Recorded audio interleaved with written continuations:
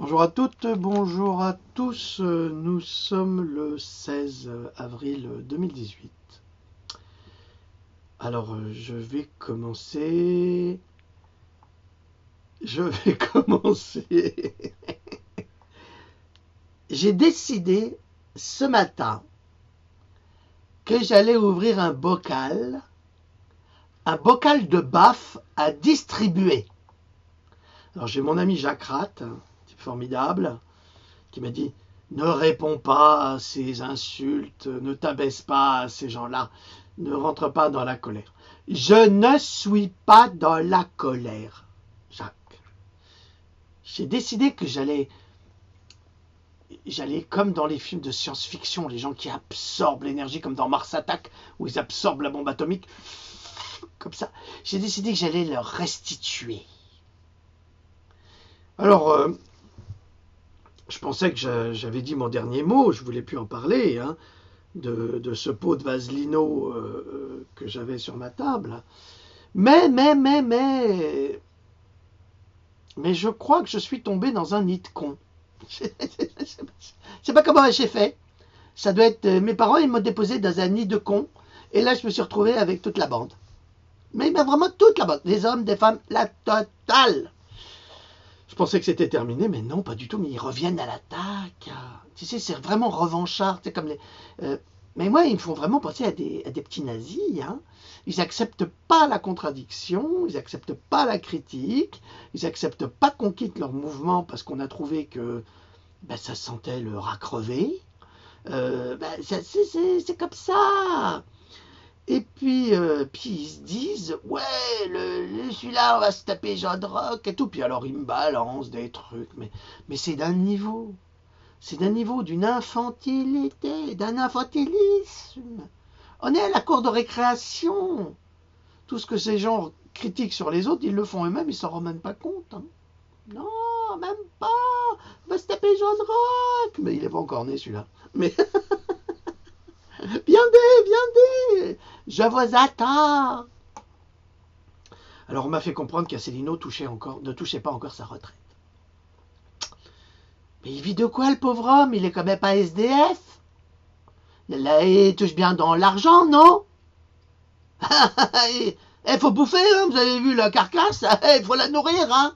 Si tu crois que ça va se nourrir chez Lidl avec une boîte de petits pois, ça marche pas. Non, ça marche pas. Il n'est pas comme Hitler qui bouffait que des champignons puis qui pétait tout le temps. Hein. Vous saviez pas? Hitler était végétarien. Il mangeait beaucoup de champignons. Mais alors vous imaginez son discours au Reichstag et le mec la pétarade. Ah, ça devait être comique ça. Enfin, il fallait pas rigoler parce que sinon c'était direction front russe. Alors, Asselineau touche pas sa retraite, mais il vit de quoi? Personne nous le dit, ça, de quoi il vit, le brave homme. J'aimerais bien savoir. Enfin, faut quand même se souvenir que ce monsieur, c'est un as de la finance. Hein. C'est un grand professionnel de la finance, et comme tous les as de la finance, il aime l'argent. Il n'aime pas en donner, mais il aime en recevoir. C'est ça, les gens d'argent. C'est pas lui particulièrement, mais ils sont tous pareils. Quand on travaille dans la finance, c'est qu'on est intéressé par le fric. C'est inévitable. Est-ce que moi, je suis intéressé à la finance? Non. J'ai un ami très proche, Jean-Paul. Il a travaillé dans la finance. Il a fait ses études aux États-Unis, il a travaillé dedans, il a fait tout ce qu'il fallait. Et bien lui, il en est sorti. Il supporte plus ce monde-là. Il a compris qu'il y avait une certaine élévation à avoir. Mais. Nous sommes des parasites, c'est ça? Quoi qu'on touche rien de personne, mais on est moins parasites que les parasites qui prétendent qu'on est des parasites. Hein. Attention! Donc il n'est pas SDF, alors il n'y a pas de mal à ça, à se faire du bien hein, quand on sait faire de l'argent avec la bourse. Mais alors je me disais que sa position par rapport au vaccin était tellement faible et ridicule, de Vaselino, hein, bien sûr, que peut-être qu'il avait des actions dans les vaccins. Ah oui, parce que ça nous suffit comme ça. quand tu as des actions là-dedans, c'est des pépettes. Il y en a beaucoup des pépettes. Moi, j'y connais rien, ça m'intéresse pas, je ne sais pas, je ne sais rien là-dessus. Donc, il a peut-être des actions dans les vaccins et dans les labos. Alors, c'est pour ça qu'il ne veut pas prendre position, parce que il va quand même pas scier la branche sur laquelle il est assise. Enfin, vous comprenez mon point de vue. Comme il a ses oreilles partout, parce que il était quand même haut fonctionnaire, il a quand même des amis aux États-Unis. Il parle très bien l'anglais, M. Asselineau, je crois. Alors on imagine qu'il ait des amis chez à la bourse de Washington, New York, enfin Washington c'est plutôt les semences, mais New York, à Wall Street, et puis qu'il ait investi éventuellement, je ne sais pas, je suppute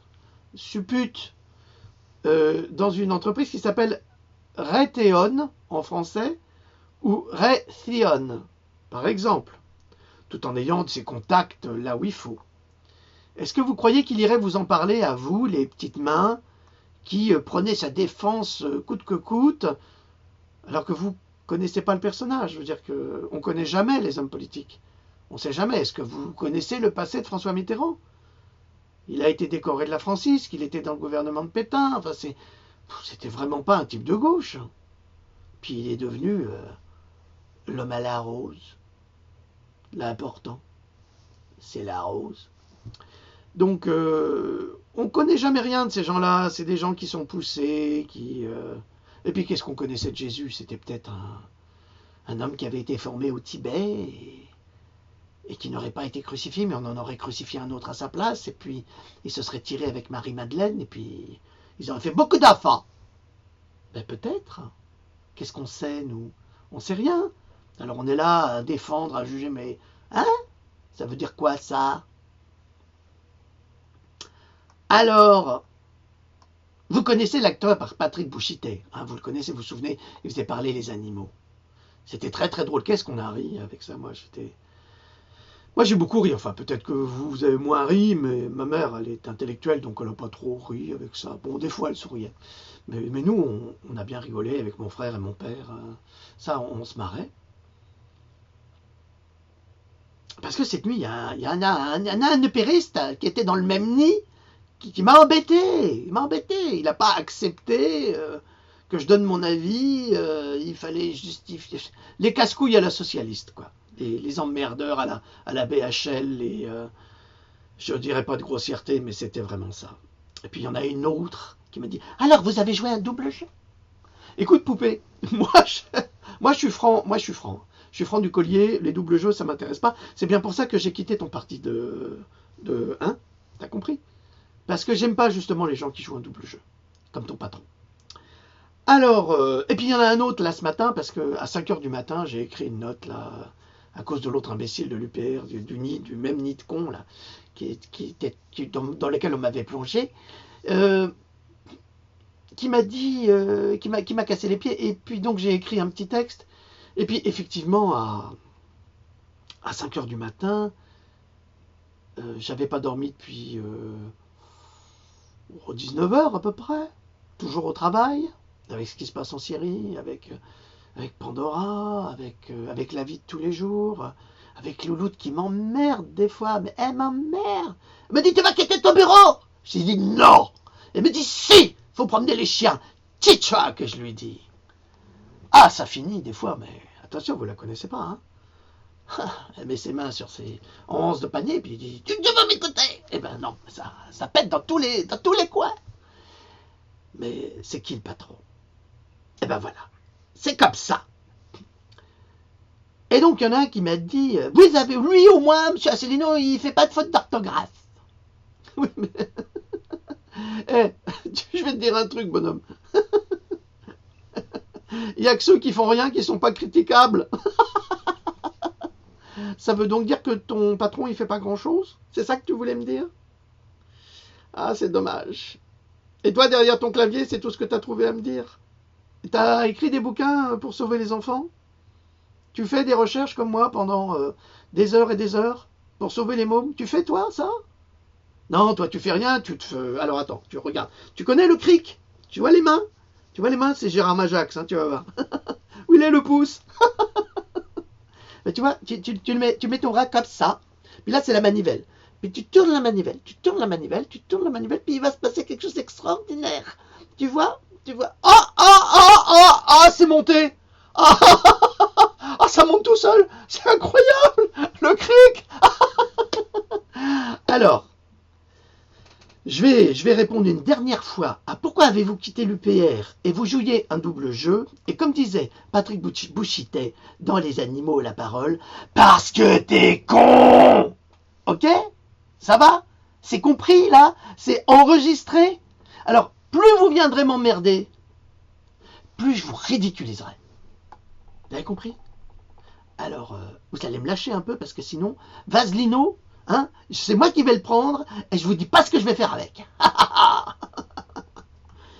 Ok, alors si cette réponse ne vous suffit pas, pourtant très explicite, hein, bien entendu, alors ça s'adresse à tous les cons et toutes les counasses. C'est clair.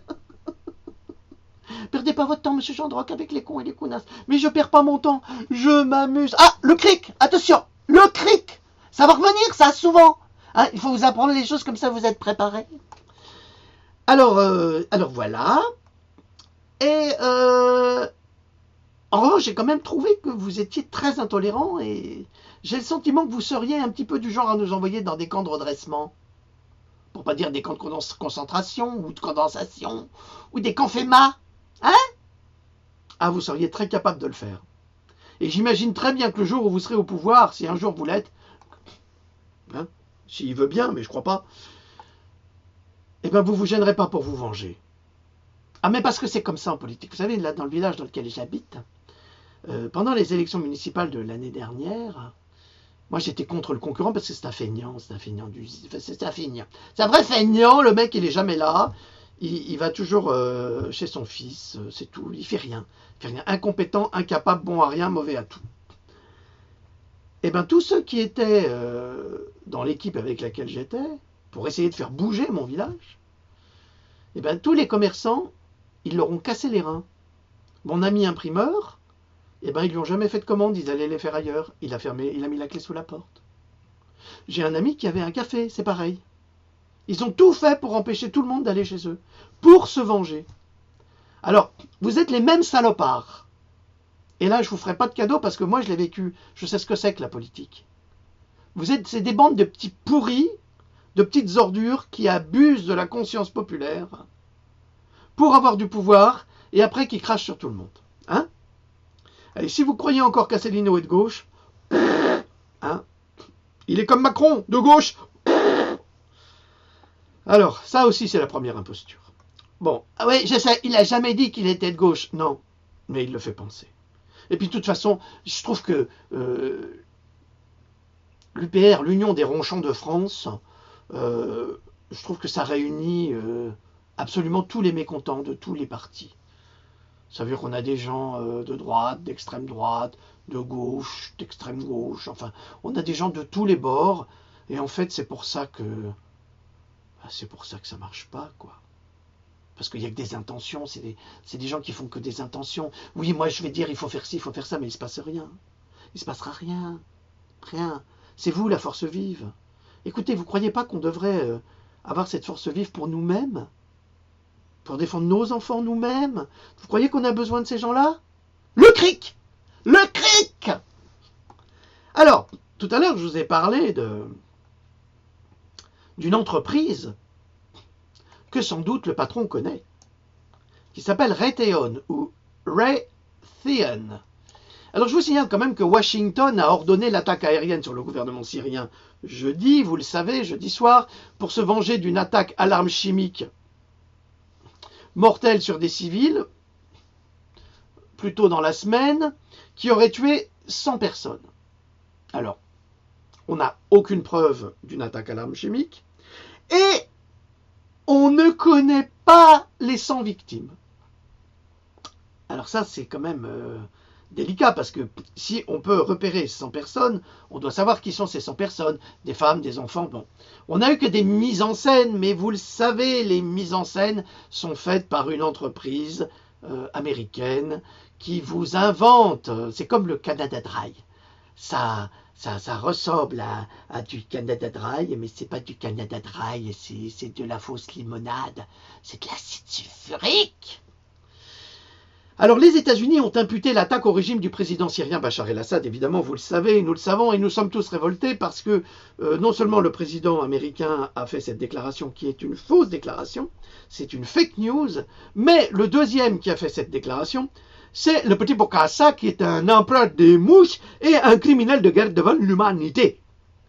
Ce petit assassin, il a dit qu'il va lutter contre les fake news et justement les fake news, c'est lui qui va les chercher sur Internet. Enfin, du moins, c'est son excuse bidon, avec son ministre de la Défense, tout aussi bidon. Enfin, c'est bidon.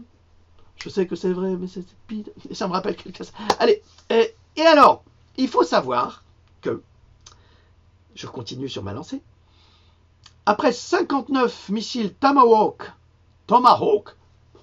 de l'entreprise Raytheon, qui ont été utilisés pour frapper la Syrie dans la première opération militaire majeure de Donald Trump, eh bien, il faut savoir que dès qu'on a su que c'était les missiles Tomahawk qui allaient tuer le méchant Bachar el-Assad, qui allaient se venger contre les bombardements chimiques. Il faut dire que les Américains sont très forts quand même pour assassiner leur peuple, déjà avec la politique vaccinale, et nous aussi on est très forts, eh bien les stock options de Raytheon ont pris 2,5% d'un coup à l'ouverture de la bourse dès vendredi matin.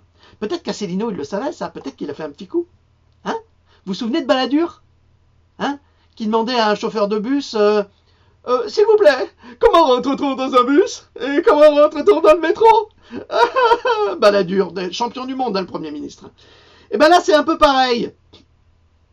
Vous croyez que vous connaissez, puis vous connaissez pas. Peut-être que lui, il a travaillé là-dedans. J'en sais rien, je pose une question. C'est juste une supputation. Parce que la valeur boursière de Raytheon a pris plus d'1 milliard de dollars de capitalisation. En fait, la guerre, c'est ça. La guerre, c'est... On invente des histoires, on dit qu'il y a des bombes chimiques. Alors, il faut dire que l'arsenal chimique, c'est surtout les Occidentaux qui le fabriquent. Parce que là, on a arrêté un camion à la frontière syrienne d'armes chimiques britanniques. C'était sans doute un cadeau de Noël en retard pour Bachar el-Assad, hein? Ou alors pour les rebelles al-Nusra, les casques blancs, les assassins, je sais pas moi.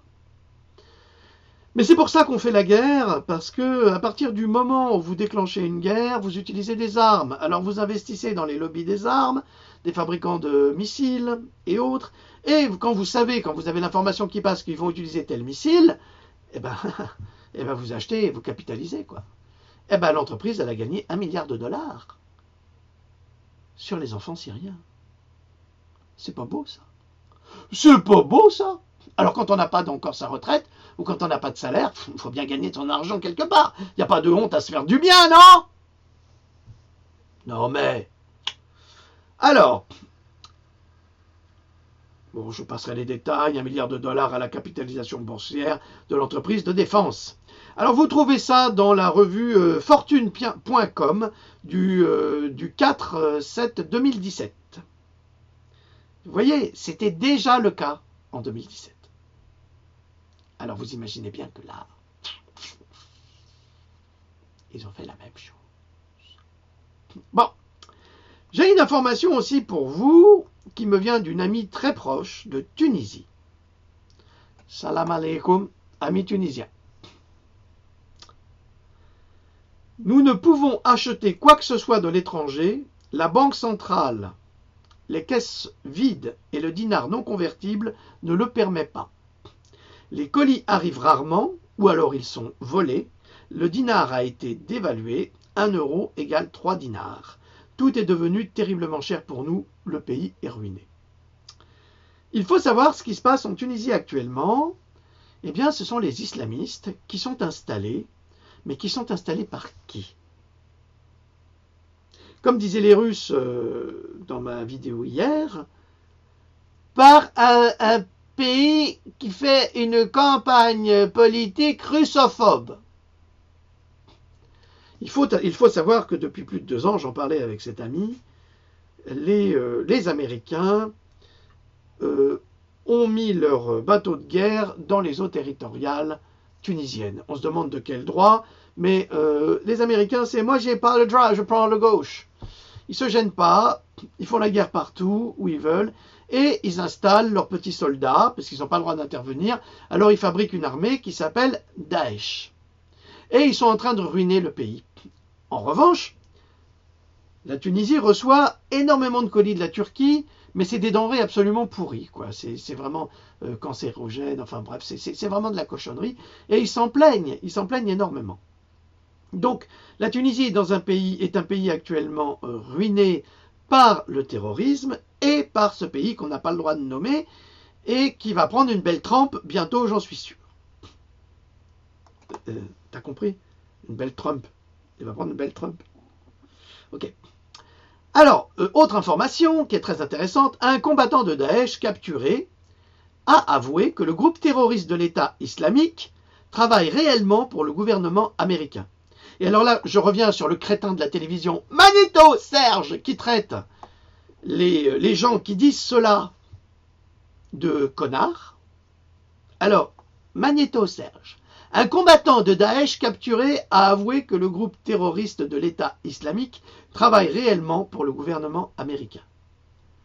Alors, tu le vois, le cric? Hein? T'as compris? Ok. Dans une déclaration étonnante de ce que beaucoup avaient déjà soupçonné, mais oui, on le savait depuis longtemps, hein, avec Hillary Clinton, on y reviendra après à cette sorcière. Et quand je dis sorcière, c'est le vrai terme de sorcière. Hein. Il n'y a rien de pire que de traiter une femme de sorcière. Donc, oui, le militaire de haut rang de Daesh, appréhendé par l'organisation Warfare Worldwide à Deir ez-Zor en Syrie, a admis que son régime travaillait pour le gouvernement américain pour créer des troubles en Syrie et renverser le président Bachar el-Assad. C'est quand même une belle révélation, ça. Le dénonciateur d'ISIS, Mohamed Moussa al-Shawakar, affirme que, j'essaye de faire de mon mieux, affirme que les forces démocratiques américaines et syriennes, tu parles des forces démocratiques syriennes, c'est les terroristes, ont garanti leur protection contre l'armée arabe syrienne et ses alliés en échange de gaz et de champs pétrolifères dans la région afin de créer des vidéos de propagande entre autres et puis de s'enrichir à milliards. Ça veut dire qu'en fait, les fameux terroristes islamistes, non, ils n'ont rien d'islamiste du tout, ce sont des voyous, des criminels à qui on a promis des champs pétrolifères une fois qu'on aura conquis la région. C'est sympa, hein? Hein? On va créer en fait, et c'est ça, et c'est quand même des enfants de salauds tous ces gens-là, parce que d'une belle religion, ils en font une religion diabolique, et ils s'inventent eux-mêmes des soldats qui, évidemment, vont défendre une fausse idéologie en s'affiliant à Dieu. Mais on a déjà vu d'ailleurs des photos il y a 3 ou 4 ans de soldats de l'Empire islamique qui priaient vers la Mecque. Il y en avait un qui priait vers la droite et l'autre vers la gauche. Hein. Comme quoi les mecs, ils étaient vraiment religieux. Hein. Ils sont au courant de rien. Hein. De rien. Alors vous trouvez cette information sur http /africa24.info. Alors ne me dites pas s'il vous plaît, ah c'est les Africains qui ont publié ça, ils savent rien, ils en savent certainement plus que vous sur le terrorisme et ils sont plus informés. Alors autre nouvelle, très mauvaise nouvelle, alors si vous connaissez le Darknet c'est l'horreur absolue. Le Darknet en fait c'est un endroit du web où il y a tout. Vous voulez violer un enfant, vous voulez assassiner quelqu'un, vous voulez tuer quelqu'un, oui, tout ce que vous voulez. De pire et d'horrible, vous trouvez ça sur le Darknet.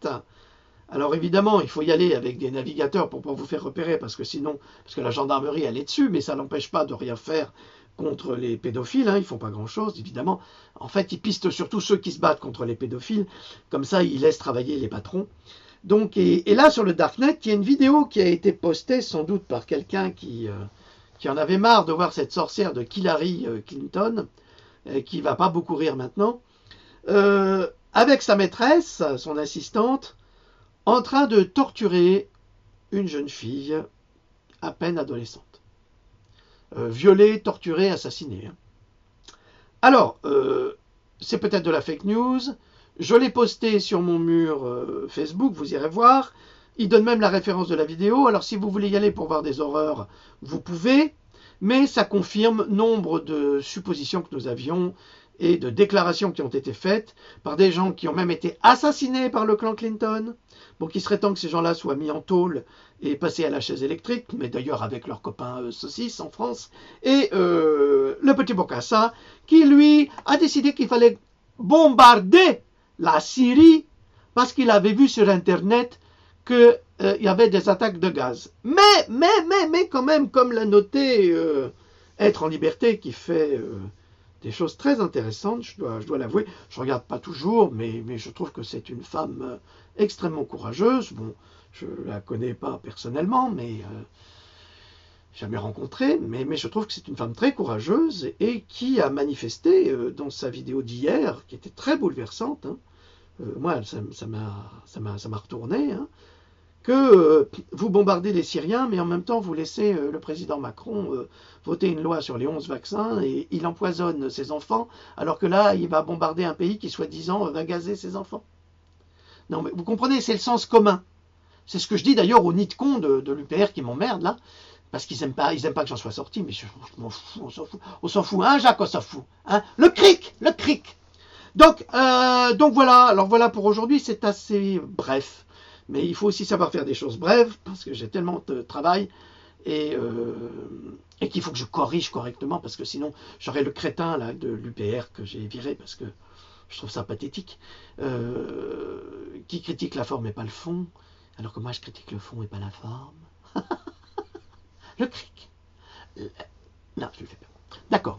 Allez, je vous souhaite... non, c'est pas un excellent appétit, mais moi, je vais aller manger parce que j'ai des horaires décalés, vous comprenez. Je travaille la nuit, moi, c'est tranquille. Comme ça, Louloute, elle peut dormir.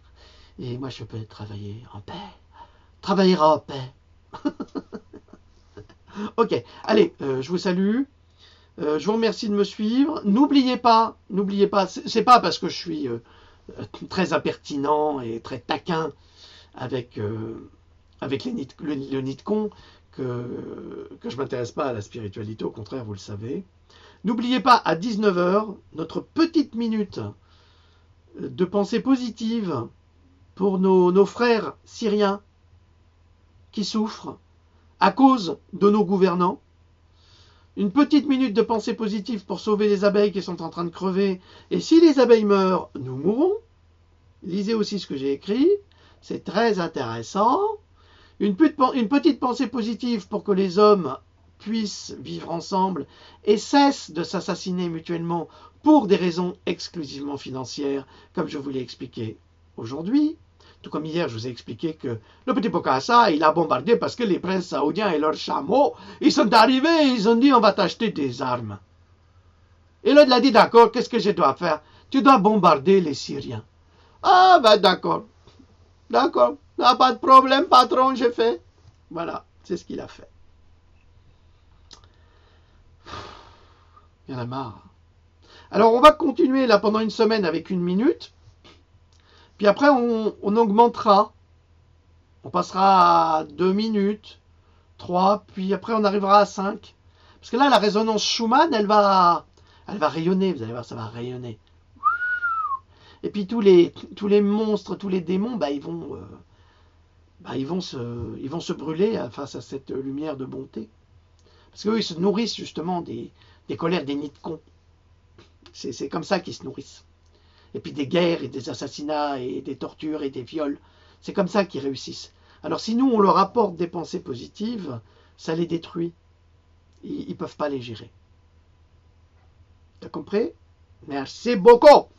Merci à tous. Allez, on est obligé de faire un peu d'humour dans ce drame collectif et international parce que sinon on se flingue. D'accord? J'espère que vous comprenez, mais vous comprenez. On se comprend. Hein? Allez, je vous dis à très très bientôt. Merci pour tout. Salut.